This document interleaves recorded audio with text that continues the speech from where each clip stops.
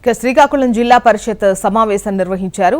ఈ సమావేశంలో కేంద్ర మంత్రి రామ్మోహన్ నాయుడు, మంత్రి అచ్చెన్నాయుడు పాల్గొన్నారు। ఇరిగేషన్, అగ్రికల్చర్, తాగునీటిపై వాడివేడిగా చర్చ జరిగింది। ప్రతి ఉద్యోగి కమిట్మెంట్ తో పనిచేస్తే జిల్లా అభివృద్ధి పదంలో దూసుకుపోతుందన్నారు। గతంలో ప్రజా ప్రతినిధులు అధికారుల వద్దకు వస్తే కనీసం పలకరించే నాథుడు లేరన్నారు। ఇక నుంచి ఆ పద్ధతి మారాలి। ప్రజా ప్రతినిధి గాని ప్రజలు గాని వస్తే తప్పకుండా వారిని కూర్చోబెట్టి వారి సమస్యను పరిష్కరించాలని అన్నారు। ప్రజా ప్రతినిధులు తీసుకున్న నిర్ణయాలను అమలు చేయడంలో అధికారులే కీలకమన్నారు। అధికారుల వల్లే శ్రీకాకుళం అభివృద్ధి జరుగుతుందన్నారు।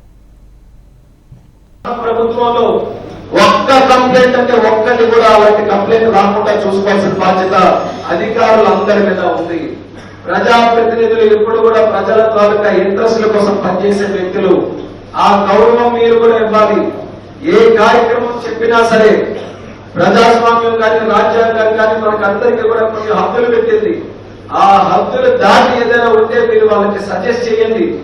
మీరు కూడా ఆ కార్యక్రమం ఎలా చేయొచ్చు అనేది వాళ్ళకి అందరికీ కూడా మీరు మీ తాలూకు ఒపీనియన్స్ చెప్పండి। కానీ అగౌరవపరచడం, లేకపోతే వాళ్ళు ఫోన్లు చేస్తే అవైలబుల్ గా లేకపోవడం, పిలిస్తే స్పందించకపోవడం, ఇటువంటి కంప్లైంట్స్ కూడా ఏమైనా వస్తే దాని మీద కూడా మీరు సీరియస్ గా చర్చించాల్సి వస్తుందని కూడా మీ అందరికీ తెలియజేస్తున్నాం।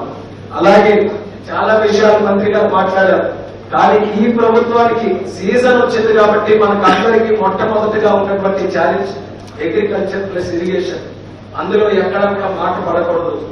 మా అందరికీ కూడా గుండెల్లో ఉన్నటువంటి సబ్జెక్ట్ ఇరిగేషన్ కానీ అగ్రికల్చర్ కానీ రైతులు కానీ అక్కడ కానీ ఎక్కడైనా లోటుపాట్లున్నా, ఏ పొరపాటున్నా, రైతులకి ఎక్కడ ఏ బాధ కలిగినా వ్యక్తిగతంగా మాకు బాధ కలిగినట్టుగానే మేమందరం కూడా ఫీల్ అవుతూ ఉంటాం। కాబట్టి దానికి సంబంధించినటువంటి అధికారులు రాష్ట్ర ప్రభుత్వం నుంచి కేంద్ర ప్రభుత్వం నుంచి మా వరకు ఎంత సహకారం అందించాలన్నా సరే శక్తి వంచన లేకుండా మీ అందరికీ కూడా మేము తోడుగా నిలబడతాం।